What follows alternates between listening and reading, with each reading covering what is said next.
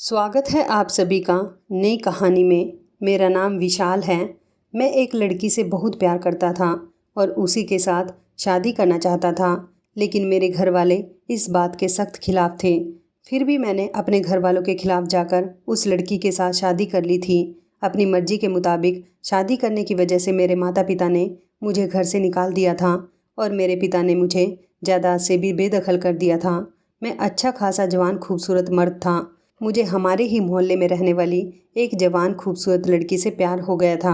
उसका नाम नीतू था। नीतू मुझे बचपन से ही बहुत पसंद थी और मैंने अपने मम्मी पापा से नीतू के लिए कई बार झगड़ा किया था। उनसे कई बार कहा था कि मैं उससे प्यार करता हूँ, मगर वो लोग मेरी उसके साथ शादी करवाने के लिए तैयार नहीं हो रहे थे। इसलिए मजबूरन मुझे और नीतू को घर से भागकर शादी करनी पड़ गई। हम दोनों अपने घर वालों को छोड़कर बहुत दूर चले आए थे और इस शहर में आकर रह रहे थे, जो हमारे लिए बिल्कुल नया था। यहाँ आने के बाद हम दोनों पति पत्नी ने अपनी ज़िंदगी की नई शुरुआत कर दी थी। मैंने नीतू के साथ कोर्ट मैरिज कर ली थी। हम दोनों की ज़िंदगी बहुत अच्छी गुजर रही थी। नीतू और मैं, हम दोनों ही एक अच्छी फैमिली से बिलोंग करते थे। हम दोनों के ही घरों में किसी चीज़ की कोई कमी नहीं थी। लेकिन अब अपने परिवार वालों से अलग होने के बाद हमें बहुत सारी मुश्किलों का सामना करना पड़ गया था, लेकिन फिर भी हालात से लड़कर हम दोनों ने सब कुछ ठीक कर लिया। नीतू पढ़ी लिखी लड़की थी।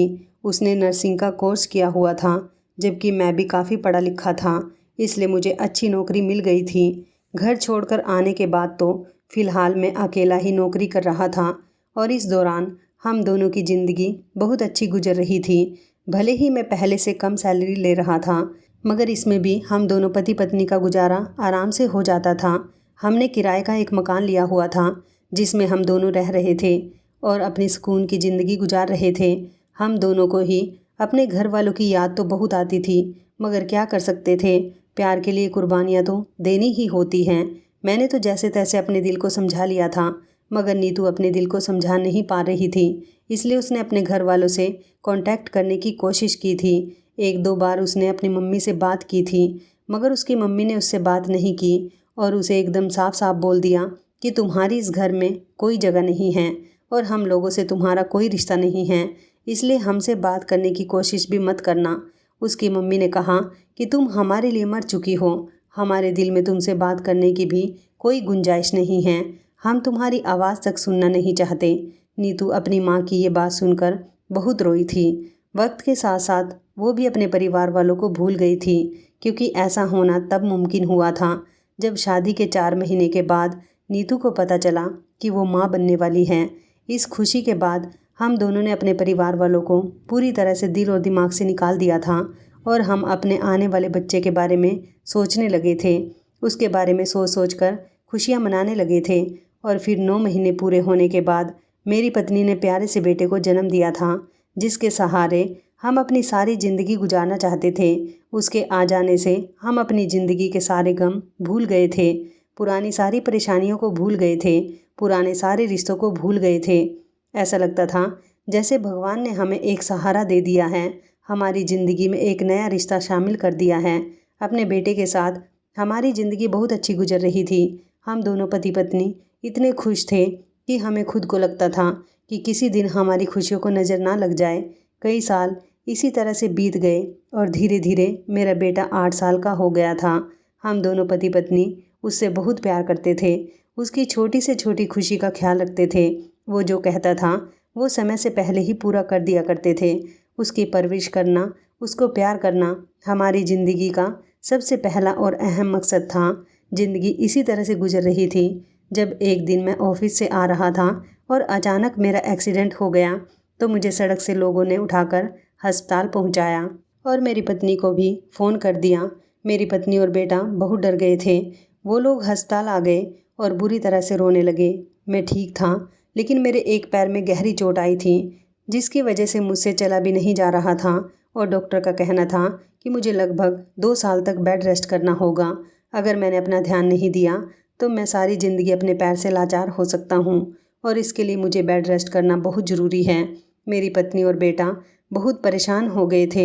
मेरा बेटा भी स्कूल जाता था, उसकी पढ़ाई का खर्चा, घर का खर्चा और अब तो मेरे इलाज के लिए भी पैसे काफ़ी खर्च हो रहे थे। जैसे तैसे अस्पताल से तो मैं डिस्चार्ज हो गया था, लेकिन मैं पूरी तरह से लाचार हो गया था।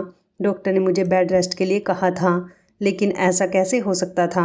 अगर मैं बेड रेस्ट करता तो ऑफिस कौन जाता और हमारा गुजारा कैसे होता?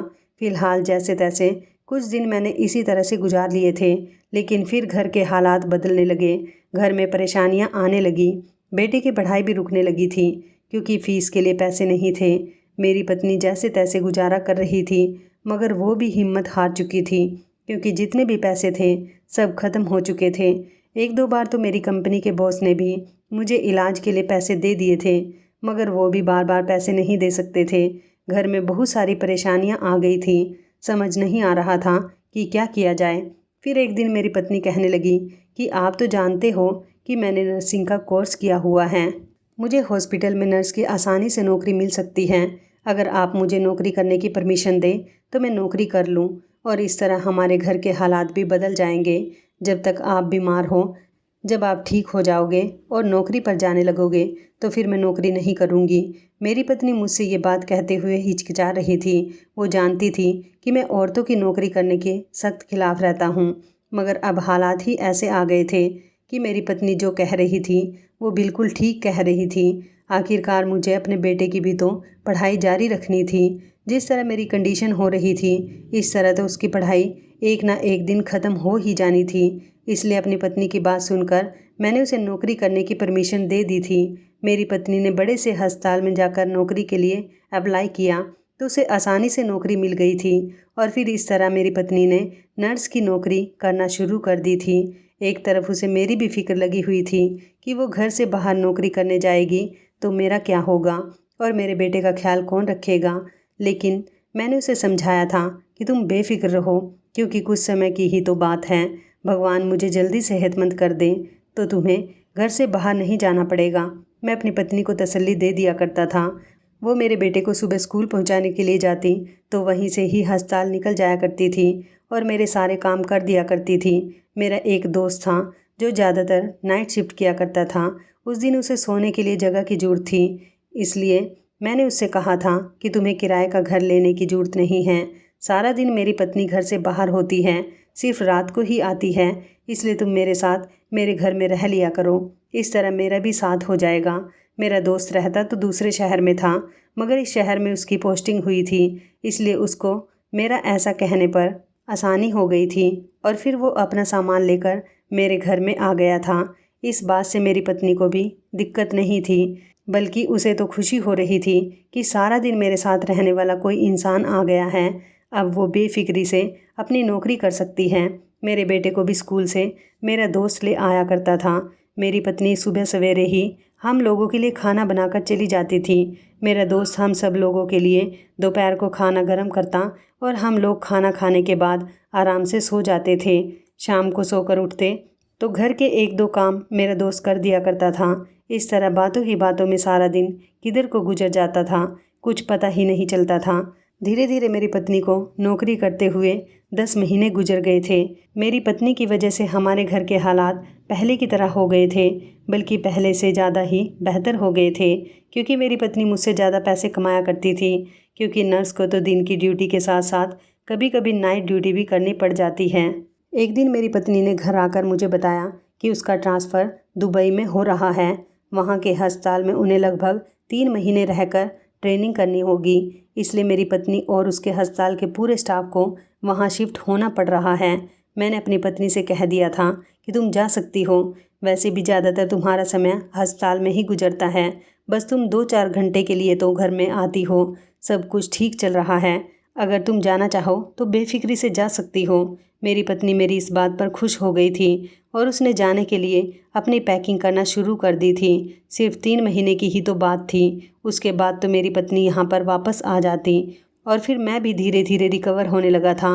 डॉक्टर ने मुझे इतना बता दिया था कि मैं बेड से उठकर बैठ सकता हूँ, मगर अभी चल फिर नहीं सकता। मेरी पत्नी खुशी खुशी अपनी पैकिंग करने के बाद दुबई के लिए निकल गई थी। मैंने अपनी पत्नी से कहा था कि वहाँ पहुँचते ही तुम मुझे कॉल करके बता देना, ताकि मुझे तसल्ली हो जाए कि तुम वहाँ पहुँच चुकी हो। मेरी पत्नी कहने लगी कि मैं वहाँ पहुँचते ही आपको कॉल कर दूँगी। मेरी पत्नी जैसे ही दुबई पहुँच गई तो उसने मुझे कॉल करके बता दिया था कि वो आराम से यहाँ पहुँच गई हैं और अगले दिन से वो अपनी ड्यूटी ज्वाइन कर लेगी। कई दिन इसी तरह से गुजर गए थे। मेरी पत्नी मुझे रोज़ कॉल करके बताती थी कि वो बिल्कुल ठीक हैं। हम दोनों बाप बेटे नीतू से काफ़ी देर तक फ़ोन पर बातें करते थे और वीडियो कॉल भी किया करते थे, जिससे हम लोगों को एक दूसरे को देखकर सुकून मिल जाता था। काफ़ी समय इसी तरह से गुजर गया था। हम लोग रोज़ एक दूसरे से फ़ोन पर बात करते थे, लेकिन अचानक कुछ दिनों से मेरी पत्नी काम ज़्यादा होने का कहकर हमसे बातचीत कम करने लगी थी। कभी कहती कि मैं बिजी हूँ, बाद में बात करूँगी, तो कभी कहती कि अभी मुझे बात करने का समय नहीं है। कई दिन इसी तरह से गुजर गए थे। मैं अपनी पत्नी की कॉल वहीं से आने का इंतज़ार करता था, मगर मेरी पत्नी मुझे कॉल ही नहीं कर रही थी। मैं अपनी तरफ से कॉल करता तो रिंग जाती रहती थी, मगर मेरी पत्नी मेरा फ़ोन रिसीव ही नहीं करती थी। मेरा बेटा हर रोज़ मुझसे पूछने लगा था कि मम्मी कॉल क्यों नहीं करती, हमसे बात क्यों नहीं करती। आखिर मम्मी को इतना भी क्या काम दिया गया है कि वो हमको भूल गई हैं। अब मैं अपने बेटे को क्या समझाता, मेरी समझ में खुद नहीं आ रहा था कि दूर जाने के बाद मेरी पत्नी हमें भूल कैसे सकती हैं। कई दिन इसी तरह से गुजर गए थे। मेरी पत्नी की कॉल हमें आती ही नहीं थी और जब मैं उसे कॉल करता तो उधर से कॉल रिसीव भी नहीं होती थी। समझ नहीं आ रहा था कि मैं क्या करूं। मेरा दोस्त भी मुझे तसल्ली देता रहता था। जब 2 महीने इसी तरह से गुजर गए, मेरी पत्नी के बारे में मुझे कुछ पता ही नहीं चला, तो एक दिन मेरे दोस्त ने मुझे ऐसी बात बताई जिसने मुझे अंदर से चोट पहुंचाई थी। मेरा दोस्त कहने लगा कि कहीं ऐसा तो नहीं कि दुबई जाने के बाद भाभी को कोई और पसंद आ गया हो और उन्होंने उसके साथ शादी कर ली हो। मेरा मन तो कर रहा था कि मैं अपने दोस्त का मुंह तोड़ दूं, मगर उसने फिर मुझे जो बात बताई उसे सुनकर मुझे उसकी बात पर यकीन आने लगा था। उसने कहा कि जिस तरह उन्होंने तुम्हारे साथ भागकर शादी की थी, इसी तरह वो किसी दूसरे मर्द के साथ भी भागकर शादी कर सकती है। ऐसी लड़कियों के लिए भागकर शादी करना या अपने पुराने रिश्तों को छोड़कर जाना कोई मुश्किल काम नहीं होता। अब तो मुझे भी ऐसा ही लगता था कि मेरी पत्नी मुझे और मेरे बेटे को छोड़ चुकी है, क्योंकि 2 महीने मेरे और मेरे बेटे की नीतू से बात किए बिना किस तरह गुजरे थे ये हम लोग ही जानते थे। मेरा बेटा बार बार अपनी माँ को याद करता था। एक दिन वो रोते हुए कहने लगा कि पापा, मुझे तो लगता है कि मम्मी हमें इस दुनिया से छोड़कर जा चुकी हैं, तभी तो वो हमसे बात नहीं कर रही। मैं जानता हूँ कि वो मेरी माँ है। जीते जी कोई माँ अपनी औलाद को इस तरह से नहीं छोड़ सकती। और मेरी मम्मी तो वैसे भी मुझसे बहुत प्यार करती थी। वो मुझसे बात किए बिना रह ही नहीं सकती थी। ज़रूर वो किसी बहुत बड़ी मुसीबत में हैं, तभी तो उनकी हमसे बात नहीं हो पा रही। न जाने अचानक से यह सब क्या हो गया था। भगवान की कृपा थी कि मैं धीरे धीरे रिकवर हो गया था और डॉक्टर ने मुझे चलने के लिए भी बोल दिया था, मगर मुझे अंदर ही अंदर अपनी पत्नी की फ़िक्र खाए जा रही थी। मैंने अपने दोस्त से कहा कि हमें कुछ भी करके दुबई चलना चाहिए और वहाँ जाकर नीतू को तलाश करना चाहिए। मेरा दोस्त कहने लगा कि ऐसा कैसे मुमकिन हो सकता है, दुबई इतना बड़ा है, वहाँ जाकर हम तुम्हारी पत्नी को कैसे तलाश करेंगे। मैंने अपने दोस्त से कहा, अरे मुझे पता है कि मेरी पत्नी अस्पताल में नर्स की नौकरी करने गई हुई है और वो कौन से अस्पताल में गई है मैं उसके बारे में भी अच्छी तरह से जानता हूँ। वहाँ जाने के बाद मैं अपनी पत्नी को ढूंढ लूँगा और फिर मैं उसे यहाँ लेकर वापस आ जाऊँगा। मेरा दोस्त कहने लगा कि तुम इस काम को जितना आसान समझ रहे हो, ये इतना आसान नहीं है। मैंने कहा, मैं कुछ नहीं जानता, तुम प्लीज़ मुझे दुबई लेकर चलो। इस तरह मेरा दोस्त मेरे साथ दुबई चलने के लिए राज़ी हो गया था। अपने बेटे को मैंने अपने दूसरे दोस्त के घर उसकी पत्नी के पास छोड़ दिया था, जबकि मैं अपने दोस्त के साथ दुबई चला गया था। मुझे पता था कि मेरी पत्नी कौन से अस्पताल में नर्स की नौकरी कर रही है, क्योंकि वो पहले जिस अस्पताल में नौकरी किया करती थी, मैंने वहाँ से उसकी सारी डिटेल निकाल ली थी कि अब वो दुबई जाने के बाद कहाँ हैं और कौन से अस्पताल में नौकरी करती हैं। दुबई पहुँचने के बाद हम दोनों डायरेक्ट उसी अस्पताल में पहुँच गए थे जहाँ पर मेरी पत्नी नौकरी करती थी।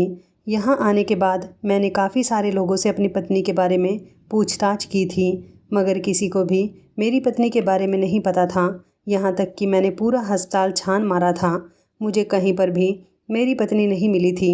वहाँ के स्टाफ का यही कहना था कि काफ़ी दिनों तक तो नीतू अस्पताल में अपनी ड्यूटी करती रही, लेकिन कुछ दिनों के बाद से ही उसने यहाँ आना बंद कर दिया। उसके बाद वो कहाँ चली गई, यहाँ के लोगों को कुछ नहीं पता। मैं तो इस बात पर हैरान हो रहा था कि इन्हीं लोगों के स्टाफ की एक नर्स गायब थी और इन्हीं लोगों को कुछ पता नहीं था, या फिर इनमें से कोई भी कुछ बताने के लिए तैयार नहीं था। मेरी कुछ समझ नहीं आ रहा था। मैं अपनी पत्नी को कहाँ तलाश करूँ? मेरी पत्नी मुझे कहीं नहीं मिली। काफ़ी दिनों तक मैं अपनी पत्नी को दुबई में इधर उधर तलाश करता रहा, मगर वो मुझे कहीं पर भी नहीं मिली। हार कर मैं हाथ पर हाथ रख कर बैठ गया था, क्योंकि मैं हिम्मत हार चुका था और घर वापस जाने की हिम्मत तो मेरे अंदर बिल्कुल भी नहीं थी, क्योंकि मैं अपने बेटे को क्या जवाब देता। उसे तो यही लगता था कि मैं उसकी मम्मी को साथ लेकर आऊँगा। मैंने अपने दोस्त से कहा कि मैं बिल्कुल ठीक हूँ, तुम यहाँ से जा सकते हो। तुम फ़्लाइट से अपने शहर जाओ और वहाँ जाने के बाद अपनी नौकरी दोबारा ज्वाइन करो, और साथ ही साथ मेरे बेटे का भी ख्याल रखना। वो मेरे साथ रुकना तो चाहता था, मगर मैंने उसे वापस भेज दिया था, क्योंकि मेरे बेटे को भी वहाँ तसल्ली देने के लिए कोई होना चाहिए था। मेरा दोस्त जा चुका था, अब मैं यहाँ पर अकेला रह गया था। न जाने क्यों मेरा दिल नहीं मान रहा था कि मेरी पत्नी ने मेरे साथ बेवफाई की है। वो चाहती तो अपने ही शहर में रहकर मेरे साथ बेवफाई भी कर सकती थी। भला उसे इतनी दूर आने के बाद मुझे धोखा देने की क्या ज़रूरत थी? लेकिन मैंने ठान लिया था कि चाहे जो हो जाए, मैं अपनी पत्नी से मिले बिना यहाँ से नहीं जाऊँगा। ज़्यादा नहीं तो एक बार उससे मुलाकात करना मेरे लिए बहुत ज़रूरी है। आखिर मैं जानना चाहता था कि उसके साथ क्या हुआ है और वो हमसे क्यों छुप रही है। मगर न जाने क्यों मुझे इस अस्पताल के अंदर कुछ गड़बड़ लग रही थी, क्योंकि यहाँ के लोग भी बहुत अजीब थे। मैंने सोचा कि मैं यहाँ पर नौकरी करने के बहाने अपनी पत्नी को तलाश करने की कोशिश करता हूँ। ज़रूर मुझे यहाँ से अपनी पत्नी का कोई क्लू मिल जाएगा। मैंने अस्पताल में सफाई कर्मचारी की नौकरी करने के लिए वहाँ के कुछ बड़े डॉक्टर से बात की थी, तो उन लोगों ने मुझ पर रहम खाकर मुझे वहाँ पर नौकरी दे दी थी, और इस तरह मेरी नौकरी वहाँ पर पक्की हो गई थी और मैं नौकरी करने लगा था। यहाँ आने के बाद मेरे पास रहने का कोई ठिकाना नहीं था, मगर अस्पताल में तो मरीजों का आना जाना 24 घंटे लगा रहता है, इसलिए मैंने सोचा था कि मैं यहीं पर कहीं सो जाया करूँगा।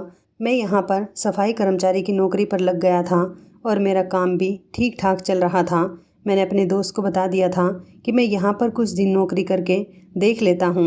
अगर मुझे अस्पताल से अपनी पत्नी के बारे में कुछ पता चलता है तो ज़रूर मैं उसे ढूंढने की कोशिश करूँगा, और जब तक उसे ढूंढ नहीं लूँगा तब तक वापस नहीं आऊँगा।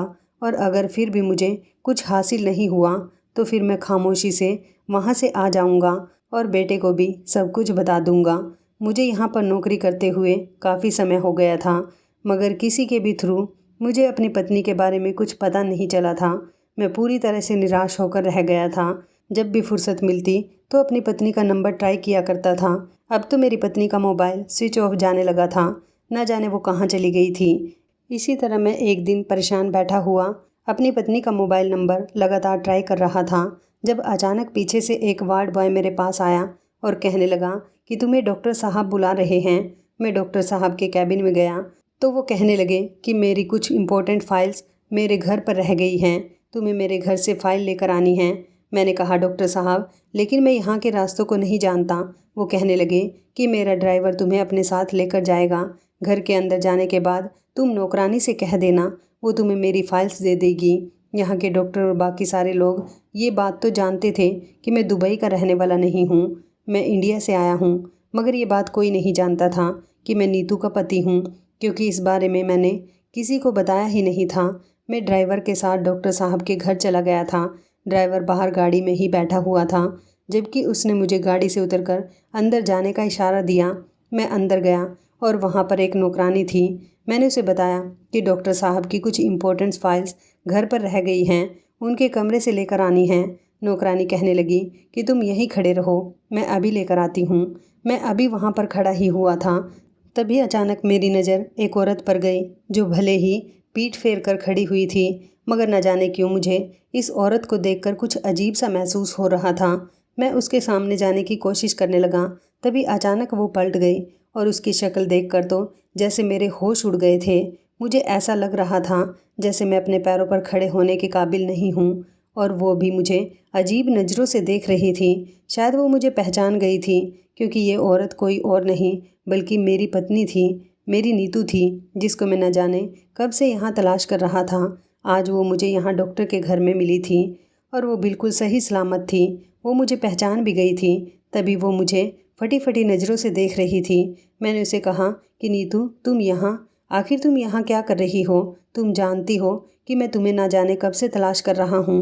मुझे देखते ही मेरी पत्नी की आंखों में आंसू आ गए थे। अचानक वो घबरा गई और कहने लगी कि विशाल, तुम यहाँ कैसे आ गए? तुम जानते हो कि मैं भगवान से रोज़ प्रार्थना करती हूँ कि वो किसी तरह मेरी तुमसे बात करवा दें। मैंने कहा, लेकिन तुम यहाँ पर क्या कर रही हो? चलो तुम मेरे साथ, मैं तुम्हें लेने के लिए आया हूँ। मेरी पत्नी कहने लगी कि मैं तुम्हारे साथ ऐसे नहीं चल सकती। इस डॉक्टर ने मुझे बंदी बनाकर रखा हुआ है। इसने मुझे किडनैप कर लिया है। अगर तुम मुझे यहाँ से आज़ाद करवाना चाहते हो तो मेरी मदद करो, क्योंकि मैं इतनी आसानी से यहाँ से नहीं निकल सकती। मेरी डॉक्यूमेंट्स डॉक्टर के पास हैं। तुम्हें मेरे लिए दोबारा से वीज़ा बनवाना होगा। मैं तभी यहाँ से भाग सकती हूँ। और सुनो, इससे पहले कि नौकरानी आ जाए, मैं तुम्हें एक सबसे अहम बात बताना चाहती हूँ। अस्पताल में मासूम लोगों के शरीर के अंगों को निकाल कर बेचा जा रहा है। मैंने उसी के खिलाफ आवाज़ उठाई थी, तभी इस डॉक्टर ने मुझे यहाँ पर कैद करके रख लिया और वो मेरा फ़ायदा उठा रहा है। प्लीज़ मुझे यहाँ से निकाल लो और पुलिस के सामने यह हकीकत लेकर आओ कि अस्पताल में लोगों के अंगों का गलत तरीके से व्यापार किया जा रहा है, जिसके बारे में खुद भी वो लोग नहीं जानते।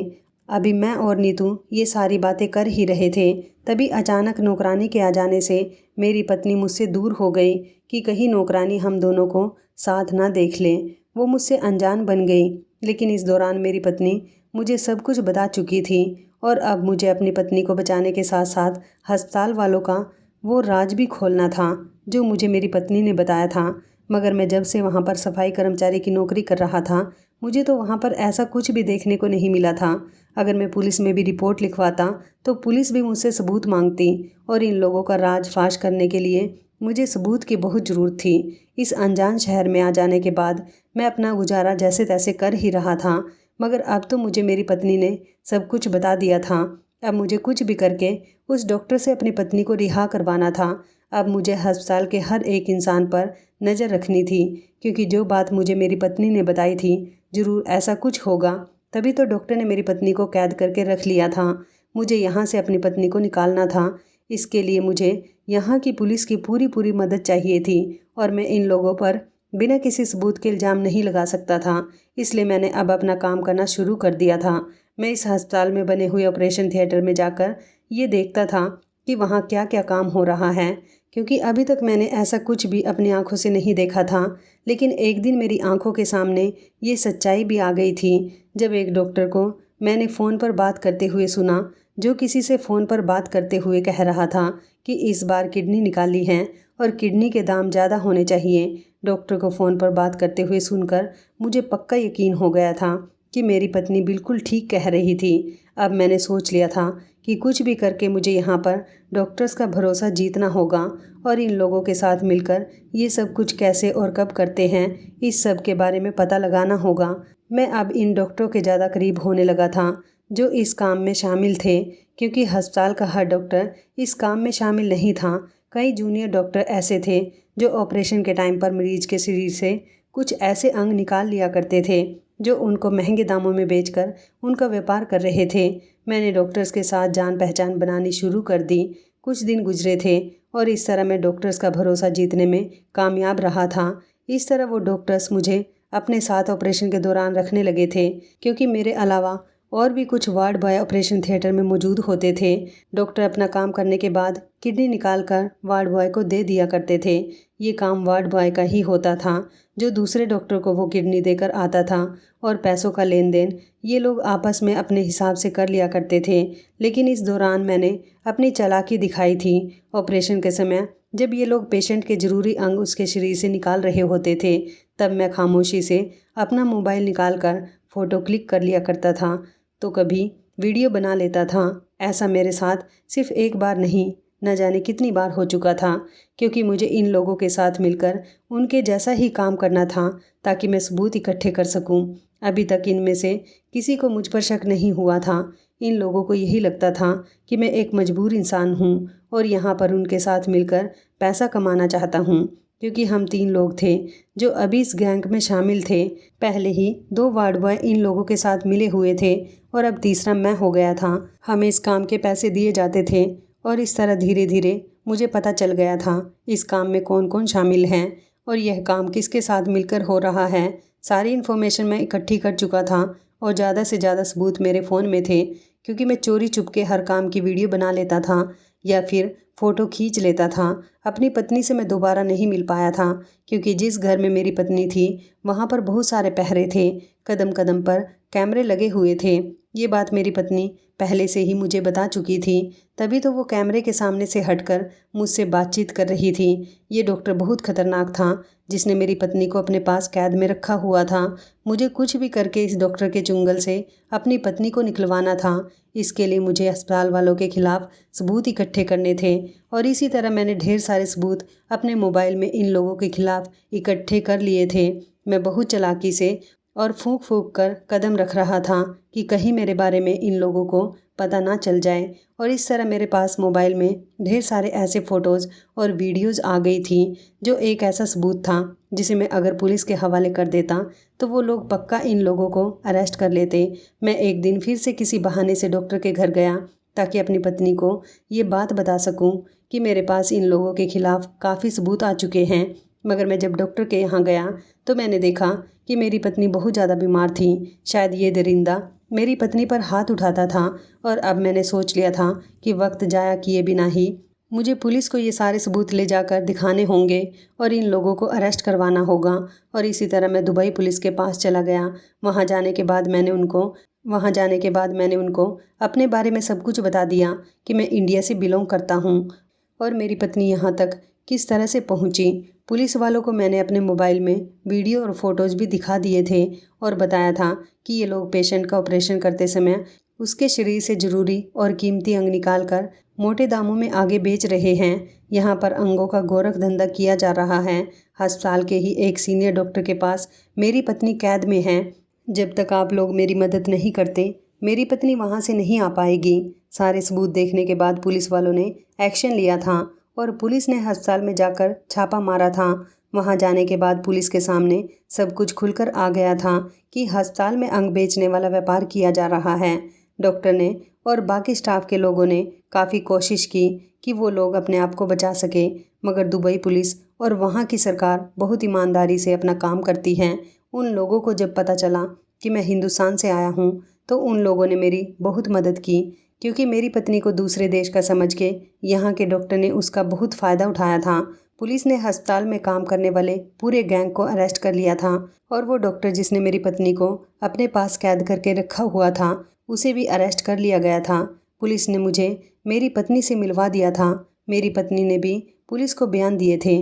दरअसल जब मेरी पत्नी यहाँ पर आई थी तो वो अस्पताल में बड़ी ईमानदारी के साथ नौकरी कर रही थी, लेकिन जब उसे पता चला कि यहाँ के अस्पताल में कुछ गड़बड़ हो रही है तो फिर मेरी पत्नी ने यहाँ पर नज़र रखनी शुरू कर दी। और फिर एक दिन ऑपरेशन के दौरान मेरी पत्नी के सामने सच्चाई खुलकर आ गई थी कि यहाँ पर अपना ऑपरेशन करवाने के लिए जो पेशेंट आते हैं, ऑपरेशन के समय उनके सही और कीमती अंगों को निकाल लिया जाता है और उन्हें मोटे दामों में बेच दिया जाता है। मेरी पत्नी से बात बर्दाश्त नहीं हुई, इसलिए मेरी पत्नी पुलिस को सारी सच्चाई बताने जा रही थी। जब डॉक्टर को ये बात पता चली कि मेरी पत्नी पुलिस को सारी सच्चाई बता देगी और इस अस्पताल का पर्दाफाश कर देगी, और उन लोगों ने मेरी पत्नी को बहुत लालच दिया कि वो मेरी पत्नी को ढेर सारे पैसे देंगे अगर मेरी पत्नी भी इस काम में उन लोगों का साथ दे। मगर मेरी पत्नी एक ईमानदार थी, वह अपनी आंखों के सामने कुछ भी गलत होता हुआ नहीं देख सकती थी, इसलिए उसने फैसला कर लिया था कि वो पुलिस को जाकर सब कुछ बता देगी, भले ही उसकी जान पर क्यों ना बनाए। डॉक्टर और स्टाफ के लोगों ने मिलकर मेरी पत्नी को पकड़ लिया। डॉक्टर चाहता तो मेरी पत्नी को उसी समय जान से भी मार सकता था, क्योंकि अनजान देश में मेरी पत्नी अगर मर भी जाती तो मैं शायद उसका कोई पता नहीं लगा पाता। लेकिन उसने मेरी पत्नी की खूबसूरती देखकर कहा कि तुम बहुत खूबसूरत हो, मैं तुम्हें अपने हाथों से जाने नहीं दे सकता, और फिर तुम जवान और सुंदर हो। वो मेरी पत्नी को ज़बरदस्ती घर लेकर चला गया और मेरी पत्नी के साथ गलत किया। इस तरह उसने मेरी पत्नी को अपने ही घर में गुलाम बनाकर रखा था।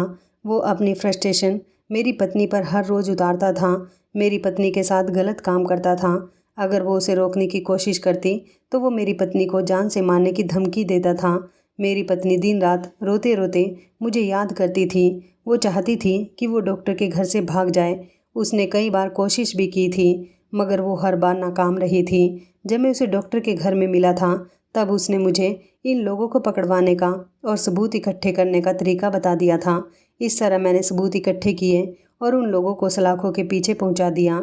एक अनजान देश में, उस देश का वासी ना होते हुए भी मैंने और मेरी पत्नी ने वहाँ पर क्राइम होते हुए देखा और उसके खिलाफ आवाज़ उठाई।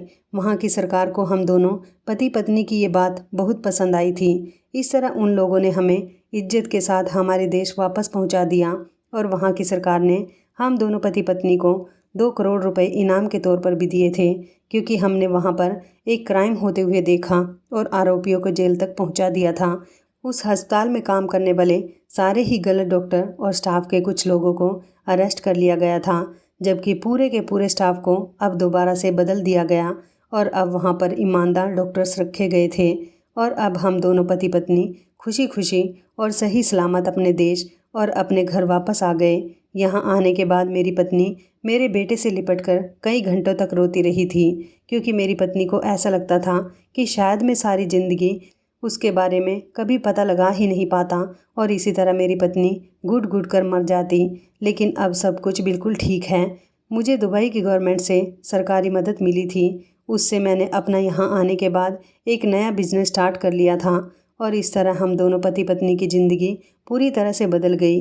अब हम लोग एक अच्छी और खुशहाल ज़िंदगी गुजार रहे हैं, क्योंकि अच्छाई और सच्चाई का साथ देने वाले लोगों के साथ कभी गलत नहीं होता। तो इस कहानी के बारे में आपकी क्या राय है, कमेंट करके ज़रूर बताइएगा। दोस्तों, आपको हमारी ये कहानी कैसी लगी, आप हमें कमेंट बॉक्स में ज़रूर बताएं। यदि आपके पास भी ऐसी कोई प्यारी सी कहानी है या फिर ऐसी कोई कहानी जिससे कुछ शिक्षा मिले, तो आप हमारे साथ उसको ज़रूर शेयर करें। दोस्तों, यदि आपको हमारी ये वीडियो अच्छी लगे तो आप हमारी इस वीडियो को लाइक शेयर ज़रूर करें और ऐसी ही दिल को छू लेने वाली प्रेरणादायक कहानियाँ सुनने के लिए हमारे चैनल को भी सब्सक्राइब करें। यदि आप हमें फेसबुक पर देख रहे हैं तो आप हमारे फेसबुक पेज को लाइक और फॉलो ज़रूर करें। तो दोस्तों, फिर मिलते हैं ऐसी ही ज़बरदस्त कहानी या टिप्स के साथ नई वीडियो में। तब तक के लिए धन्यवाद। आप सभी अपना ख्याल रखना। आपका दिन शुभ व मंगलमय हो।